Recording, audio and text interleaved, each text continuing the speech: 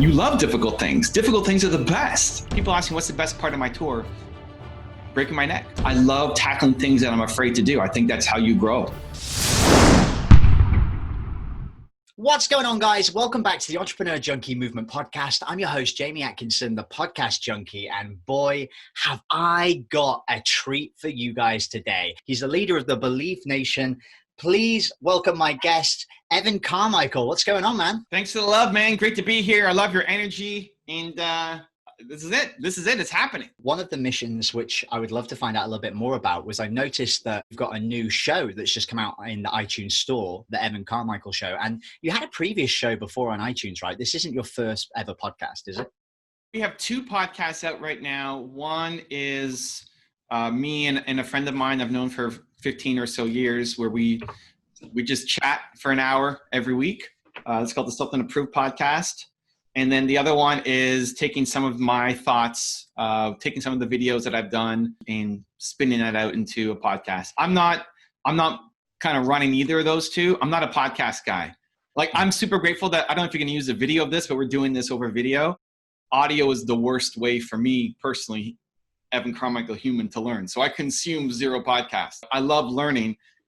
Audio is not my style to learn. One of the big reasons why I haven't gone hardcore into the podcasting world is because I don't play in it myself as a consumer. We love to talk on our show about the real stories of entrepreneurship, the ups, the downs, some of the challenges. One thing that I really wanted to find out was some advice from you for me and for some of the people that are probably going to be listening as well, about how you kind of tackle those moments where you feel like the whole world is like crushing down on you. And have you ever experienced that for yourself?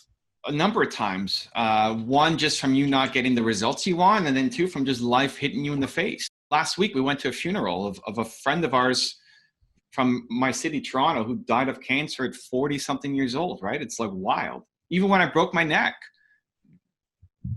in two spots. I fainted in my chair and hit the wall and broke my neck in two spots and had a 50% chance of having to have spinal surgery. Like, that's a life-changing event that you don't expect. So whether it's your business that's falling apart on you or just life will hit you in the face multiple times, there's two things that I do. One is, if it's something that is immediate, in the moment, I'm struggling. Like, I need to get up for this podcast with Jamie, right? He doesn't want to have me be low energy and hate my life. And maybe he does. Maybe we dive into that and it's a great episode. But you know, I want to get up for my day. So if something negative is happening to you in the moment, then what I'll tell myself is, this is the best. This negative thing that is in front of me right now, this is actually the best. This is my chance to show myself what I'm made of. I was on tour for 90 days. We hit 23 cities. People ask me, what's the best part of my tour? Breaking my neck. Well, that's a really positive way to look. It's not just a positive way to look. Like, it actually is the best. It was the best. Because I'm never going to throw my head against a wall and purposely break my neck. So here was my chance to be at the edge of my comfort zone. Like, you never push yourself that far. We just don't. And so when it comes, then what are the options? When you say it's the best, it puts you in a state of resourcefulness. It's okay, you know what? This is my chance to actually see what I'm made of and to get better and to grow through this, as opposed to just complaining and being negative.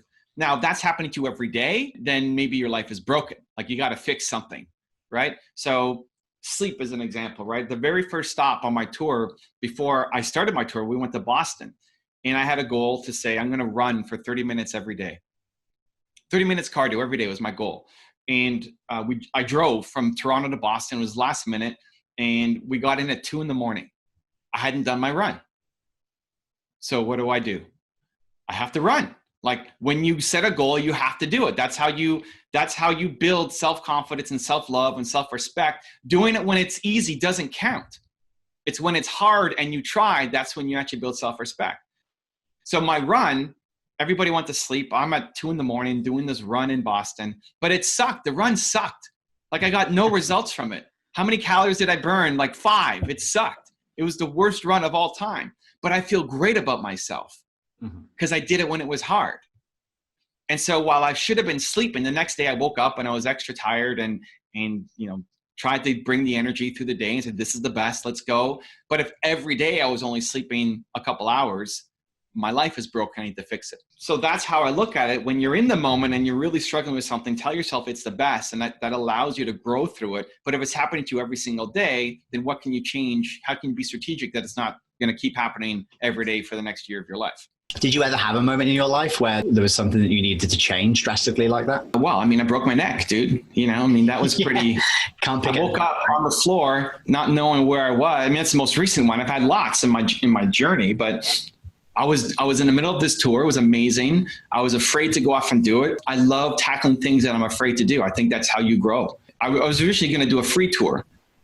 Just free, show up, do it at a coffee shop. My agent said, that's thinking small. You should do a paid tour. You should book hotels, charge for it. And my biggest fear is disappointing people. Letting people down is my biggest fear of all time. And so what am I going to do? I have to go do it because I was afraid. When your heart's beating and you're afraid, that means you have to do it. Mm-hmm. Especially if the fear is around judgment, somebody else's opinion, then I teach myself I have to do it. And so I went off and did this tour. But in the middle of the tour, 2/3 of the way in, I got a month left and I break my neck. And now I'm disappointing people, right? Like I broke my neck in Denver. I couldn't do it. I couldn't do my event in Denver. It was the day that my event was happening. I was in the hospital. And so we had to cancel on everybody, give them refunds. And I, did one-on-one calls with the people who came out. And then my next stop was in Kansas City, and I did it, but I couldn't go for the full, it's normally a 3-hour event. I refunded everybody the money, and I said, I'm still going to come out. I still booked a hotel room.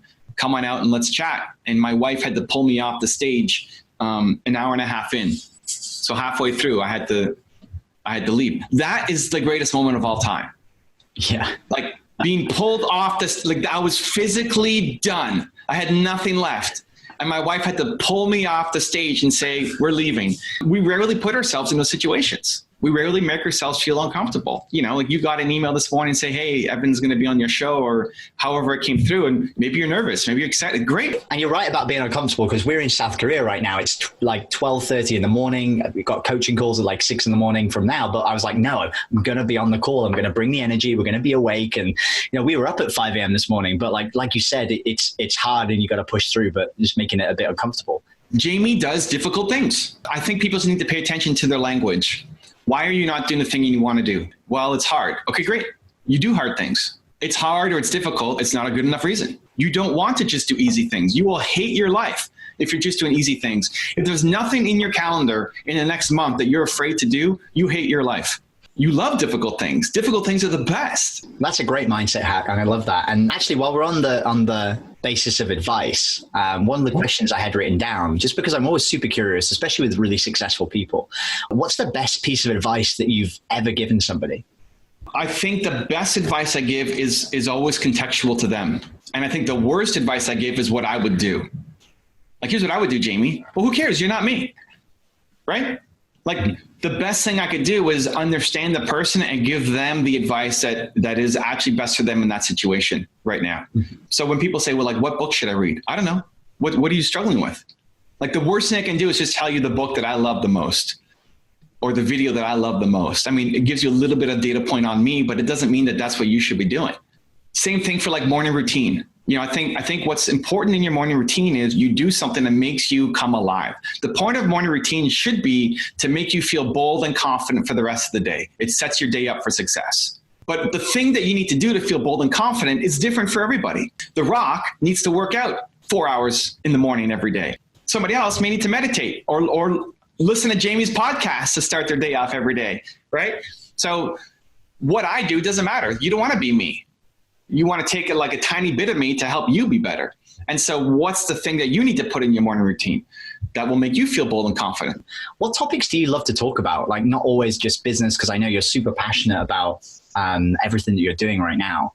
What do you love to talk about? I love talking about things that the person cares about. So whatever you want to talk about, my wife says, well, I listened to your interviews and you've talked about the same thing 8 times. And when you're doing your Instagram DMs, it's the same 20 questions on repeat forever. Like, don't you get bored of it? No, because it matters to that person.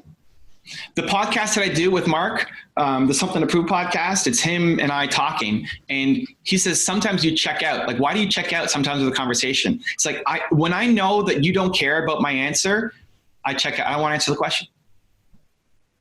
I need to know that this is meaningful. Mm-hmm. So there's no topic. I'll talk about anything. I mean, you want to talk about, I don't know, basketball or esports or coffee. I have a lot to say, but I'll do my best. Whatever's interesting. That's what I want to talk about. I've, on my podcast, been really trying to be more vulnerable. And it's kind of the reason I started the podcast, because I was super scared of failing. I had a business that was successful, told everyone it went great, and then it didn't go so great. And I didn't want to talk about it, but I ended up talking about it on this podcast. And now what I'm trying to do is help people on a regular basis. And I love the content because I can talk about what's not going well, what's failing in my business. And what I want to try and do is kind of scale it and reach more people. Whilst it's still being kind of personable. So I know you've got a lot of experience in content. The content is everywhere for you, and you've got a great system. What advice would you give if I want to try and scale my content to much more people? What's the theme behind your content? Like, what's the feeling you want people to have? If I believe, what's your one word? I think it's momentum. If I need help staying on my momentum train, I'm going to come to Jamie. And so if you put those colored glasses on and you see the world through momentum, then everything you do, you don't have to say momentum 1,000 times a day, but that's always the intent. Like, I want to help people get momentum. One of the reasons why you want to show the failures is because the failures prevent people from having momentum. You're showing that, hey, I tried this, it didn't work, but I'm still moving forward. I'm not going to let that destroy my momentum. So if that's the lens through which you see the world, then you start sharing content around it. Then you start, even in your interviews, you start asking your guests around momentum. And that becomes what you're known for. You're the momentum guy. Mm-hmm. And then you become part of people. People watch my content because they want belief every day. So they'll watch your content or consume your podcast or however you want to get exposure because they lack momentum.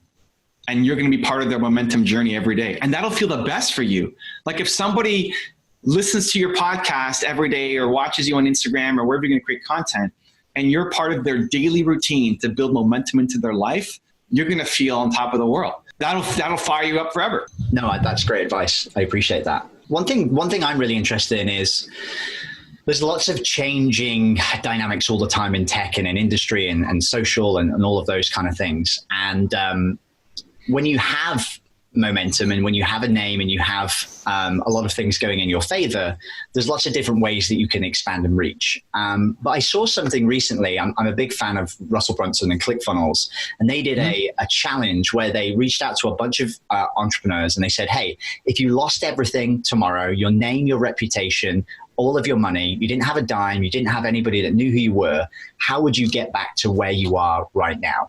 And I love that question because I think it's really interesting. And I wanted to ask you that question. What would you do if you had to start from zero to get back to where you want to be in life?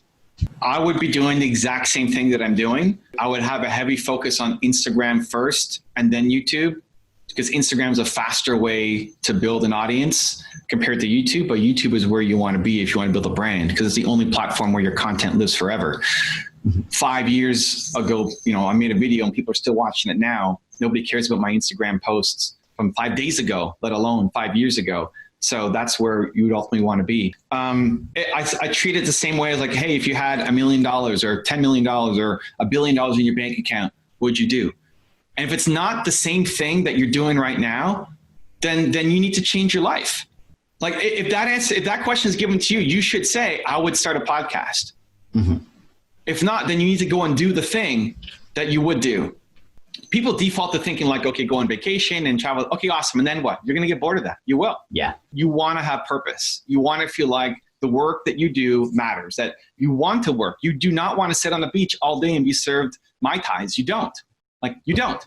If you think you do, that just shows how much you hate your life where you're at right now. But that is not your ultimate ambition. So great. Okay, you buy your mama a house and you go on your vacation. Then what?